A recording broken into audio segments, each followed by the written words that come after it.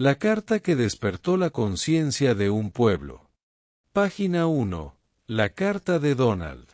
La carta estaba doblada en 4 partes, metida en el bolsillo interior de un abrigo gris que olía a tierra mojada. Tenía manchas de tinta y las huellas de unos dedos temblorosos. Era la última cosa que Donald H. escribió antes de marcharse. Mi querida esposa.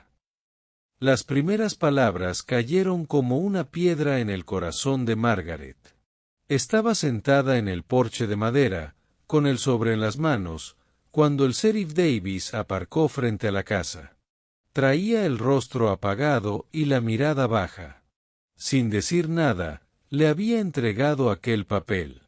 Donald no era un hombre cualquiera. Había sido maestro, predicador y mecánico de trenes. Tenía una forma de ver el mundo que incomodaba a algunos y salvaba a otros. Era intenso, honesto y, a veces, insoportablemente justo. Cuando Margaret terminó de leer, ya no había lágrimas en sus ojos. Había silencio. Ese silencio que se queda cuando algo irremediable acaba de ocurrir. Donald había sido arrestado una semana antes, acusado de haber tomado justicia por su cuenta en un asunto que dividió al pueblo. No lo negó. Pero tampoco se explicó. Hasta esa carta. El señor Davis te contará lo que está pasando aquí. Era una frase que resonaba como una puerta entreabierta. Margaret, firme, levantó la vista hacia el sheriff. Él asintió con una mezcla de respeto y culpa. Y empezó a hablar. El pueblo nunca olvidó ese día. Ni esa carta. Porque no era solo una despedida. Era un juicio. Una declaración. Una advertencia. Y así comienza esta historia. La historia de un hombre que, enfrentado a la injusticia, eligió cargar con su alma antes que entregarla al olvido. Su nombre era Donald H. Y esto es lo que hizo. Página 2. El comienzo del fuego. Todo comenzó con un niño. Samuel Ortega, de 12 años. Había desaparecido un jueves por la tarde mientras regresaba del campo de béisbol. El pueblo entero salió a buscarlo, incluso Donald, con su linterna y su perro viejo, Rufus. Durante 3 días, rastrearon cada sendero, cada arroyo, cada cobertizo. Nadie dormía. Nadie comía. Pero al 4.º día, lo encontraron. No vivo. La noticia cayó como una tormenta negra. El cuerpo de Samuel estaba a la orilla del río, con signos de violencia. Las autoridades actuaron rápido. Demasiado rápido. Arrestaron a Josiah Greer, un hombre solitario que vivía en una cabaña desvencijada. Tenía antecedentes, una historia turbia y el infortunio de estar en el lugar equivocado. Pero Donald no lo creyó culpable. Algo no cuadra, dijo esa noche en la reunión comunitaria. Sus palabras incomodaron. Algunos lo miraron con desprecio. Otros con miedo. Tenemos al hombre. Dejemos que la ley actúe, dijo el alcalde. No es la ley lo que está hablando aquí, es el miedo, respondió Donald. Esa fue la primera grieta. La confianza en la justicia comenzó a desmoronarse. Y Donald, con su fe obstinada en la verdad, decidió investigar por su cuenta. Lo que descubrió en los siguientes días lo cambió todo. Porque la verdad no solo era distinta, era peligrosa. Y cuando la verdad es peligrosa, el silencio se convierte en arma. Y el que habla, en enemigo. Donald habló. Página 3. Voces en la oscuridad. Donald empezó por el sitio del hallazgo. Caminó la orilla del río con una libreta en mano, tomando notas que nadie más se atrevía a escribir. Recogió trozos de tela, ramas rotas, huellas. Fotografió todo con una cámara prestada del periódico local. Una noche, al revisar las fotos, notó algo. Una figura al fondo, apenas visible entre los árboles. No era Josiah. Era más alto, más corpulento. Y llevaba un sombrero de ala ancha que Josiah jamás usaba. Al día siguiente, fue a hablar con Clara Winslow, la señora que vivía frente al parque. Anciana y medio ciega, pero con oídos agudos. Escuché una voz esa noche, no de niño, de hombre, dijo. Y no era Greer. Era alguien más. Alguien que conozco, pero no debo nombrar. Donald anotó todo, palabra por palabra. Cada visita, cada declaración. Poco a poco, los fragmentos empezaron a formar una imagen más oscura, más inquietante. Uno de los testimonios más claros vino de un joven llamado Tomás, aprendiz en la carpintería. Vi al alguacil viejo entrar al bosque esa tarde y salir sin su revólver. Nunca lo mencionó. Nunca dijo que estuvo allí. Pero yo lo vi, señor Donald. Lo juro. La figura con sombrero. La voz que no era de Josiah. El alguacil en el bosque. Donald ya no tenía dudas. Estaba buscando a alguien poderoso. Alguien capaz de silenciar testigos, manipular evidencias, sembrar miedo. Y sabía que si seguía, no habría marcha atrás. Pero para él, nunca la hubo. Página 4. La traición. Una mañana, al salir de la tienda, Donald notó que alguien lo seguía. Un coche negro, con las placas cubiertas de barro. No era del pueblo. Dobló 2 veces por calles distintas. El coche hizo lo mismo. Esa noche, encontró la puerta de su cobertizo entreabierta. Nada robado, pero todo revuelto. Sus notas. Las fotos. El testimonio de Tomás había desaparecido. Al día siguiente, fue a buscar al muchacho. Nadie lo había visto desde el miércoles. Su madre, con los ojos enrojecidos, negó saber nada, pero sus manos temblaban. Donald entendió que alguien estaba enviando un mensaje. Y lo estaba haciendo con precisión. Fue entonces cuando decidió hablar con el sheriff Davis. Creía poder confiar en él. Se conocían desde la secundaria. Habían ido juntos a pescar, a bodas, a funerales. Pero al mostrarle las fotos, Davis cambió. Su expresión se endureció. Tomó las imágenes y las guardó en un sobre. Esto lo investiga la oficina del condado, dijo. No hagas más preguntas, Don. Por tu bien, por el de tu familia. Donald sintió una grieta abrirse bajo sus pies. Lo había perdido. Al amigo. Al aliado. Al protector. Esa noche, escribió la primera línea de la carta que Margaret recibiría días después. Mi querida esposa. Porque cuando la justicia se convierte en amenaza, el alma de un hombre no tiene más refugio que la verdad escrita. Y Donald no iba a dejar que su verdad muriera en silencio. Página 5. La decisión. Donald sabía que no podía ganar. No en los tribunales. No en la opinión pública. No contra aquellos que tenían poder, armas y aliados en cada rincón. Pero había una cosa que sí podía hacer, decir la verdad. A viva voz. Sin rodeos. Sin miedo. Pasó 3 días escribiendo. Revisó cada testimonio, cada fotografía que pudo rescatar, cada nombre que valía la pena mencionar. Construyó un archivo, un expediente completo.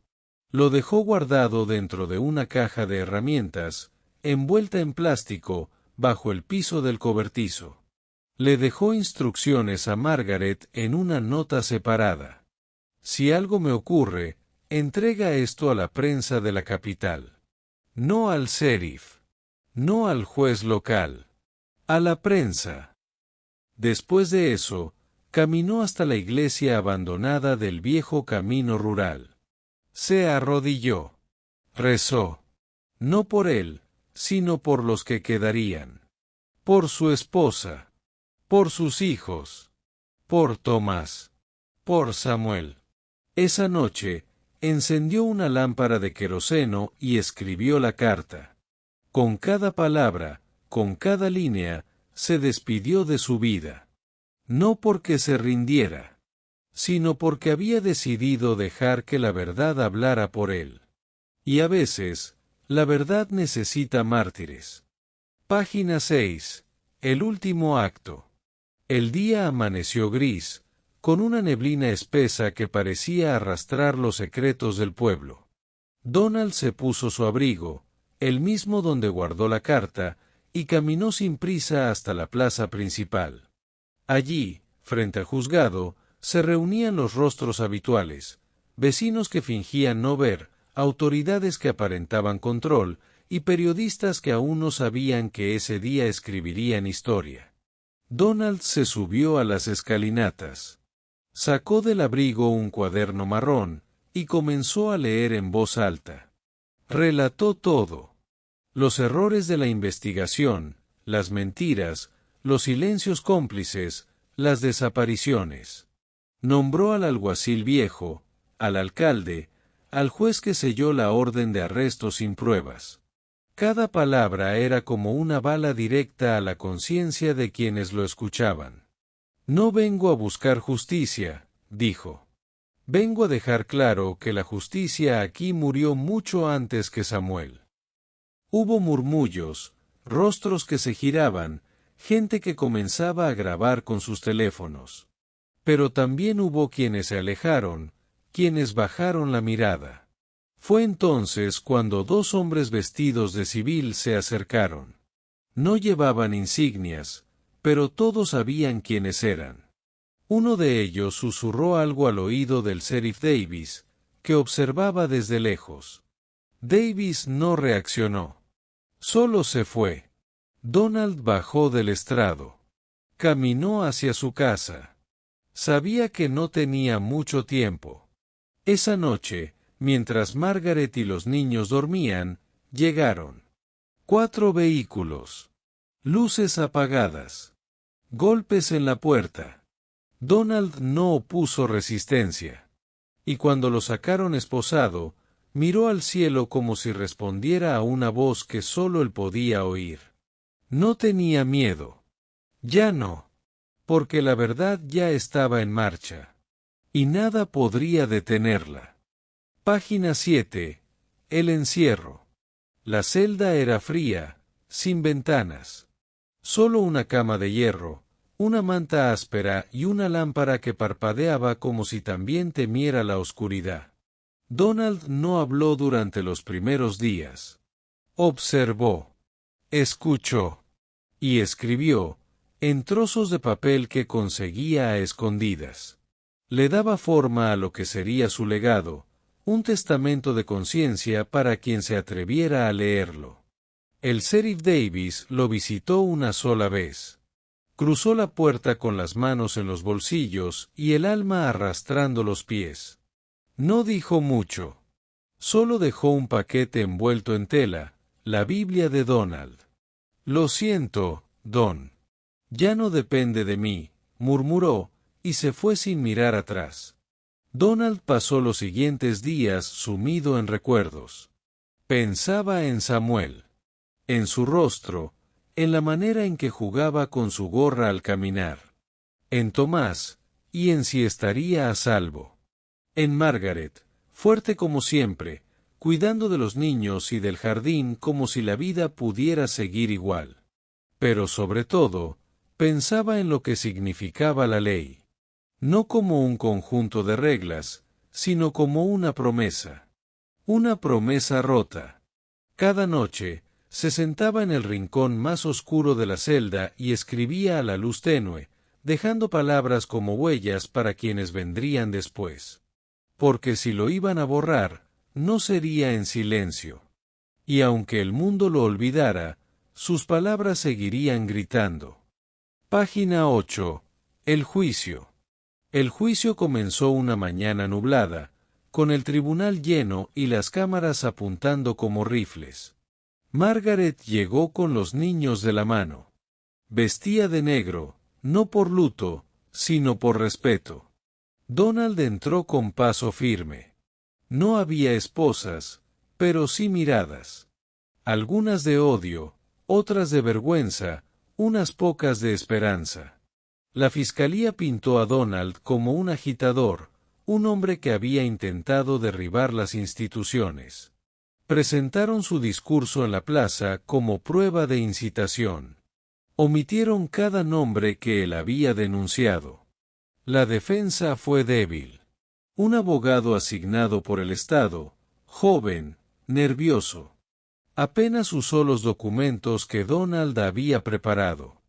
No entendía lo que estaba en juego. O no quería entenderlo. Pero entonces, algo ocurrió. Desde el fondo de la sala, una figura se levantó. Era Clara Winslow. La anciana, envuelta en su chal de lana, pidió hablar. El juez se lo permitió. Y Clara, con voz temblorosa pero clara, repitió lo que le había contado a Donald: la voz, la noche, el hombre que no era Josiah. Luego fue Tomás. Acompañado por un periodista de la capital, contó lo del alguacil y el revólver. Lo que había visto. Lo que había callado por miedo. Una a una, las piezas comenzaron a moverse. Lentamente. Como un reloj antiguo que vuelve a latir. Donald observaba en silencio. No sonrió. No lloró. Solo cerró los ojos un momento. Sabía que ya no se trataba de él. Era la conciencia de un pueblo despertando. Página 9. Veredicto. El jurado se retiró al mediodía. La sala quedó en un silencio denso, cargado de expectativa y miedo. Afuera, el pueblo entero se había congregado. Algunos con pancartas pidiendo justicia. Otros, simplemente, esperando que todo terminara. Pasaron horas. Cuando finalmente regresaron, el sol ya se escondía detrás de los hilos. El juez, con el rostro endurecido por la tensión, pidió silencio. ¿Han llegado a un veredicto?, preguntó. El portavoz del jurado se levantó. Tragó saliva. Sí, su señoría. Culpable, pero no por lo que se acusa. El murmullo fue inmediato. El juez golpeó con el mazo. Orden en la sala. Declaramos que el acusado, Donald H., actuó por conciencia moral, no por intención criminal. Solicitamos que sea liberado de inmediato bajo reconocimiento público y que se investigue a fondo cada una de sus denuncias. Un silencio cortante. Luego, una ovación. Margaret se cubrió el rostro con las manos. Tomás lloraba. Clara, firme como una estatua, asintió lentamente. Donald no se movió. Solo miró al jurado y luego al juez, esperando una respuesta oficial. El juez, tras una pausa larga, declaró: el tribunal reconoce el fallo del jurado. El señor Donald H. queda en libertad inmediata. Y se instruye a la fiscalía a reabrir los casos señalados. El ruido fue ensordecedor. No solo por los aplausos, sino por lo que significaban, que el miedo ya no dominaba, que alguien había encendido una luz. Donald salió del tribunal entre abrazos y miradas. Caminó despacio hasta donde estaban Margaret y los niños. Los abrazó como quien regresa de una guerra. Ese día, el pueblo no cambió de inmediato. Pero algo se rompió. Y a veces, romper es el primer paso para reconstruir. Página 10. La semilla. El invierno llegó temprano ese año, pero no trajo el frío habitual. Era un silencio distinto, uno que hablaba de espera, de posibilidades. El caso de Donald H. se convirtió en símbolo. Su historia cruzó los límites del pueblo y llegó a periódicos, radios y corazones mucho más allá de donde la había imaginado. Josiah Greer fue liberado. El alguacil viejo fue retirado del cargo y se abrió una investigación contra el alcalde y el juez local. No todos pagaron. No todos hablaron. Pero algo había empezado a moverse. Donald no volvió a enseñar. No volvió a predicar. Pero cada miércoles por la tarde, abría la puerta del cobertizo y leía pasajes de la Biblia y fragmentos de su carta frente a quien quisiera escuchar. Tomás lo visitaba cada semana. Clara, cuando podía. Margaret, siempre firme, mantenía la casa como un lugar sagrado, sin olvidar, sin perdonar del todo, pero con la paz de quien sabe que su esposo eligió el camino correcto. Los niños crecieron sabiendo que su padre no era un criminal. Era un hombre que eligió decir la verdad cuando todos callaban.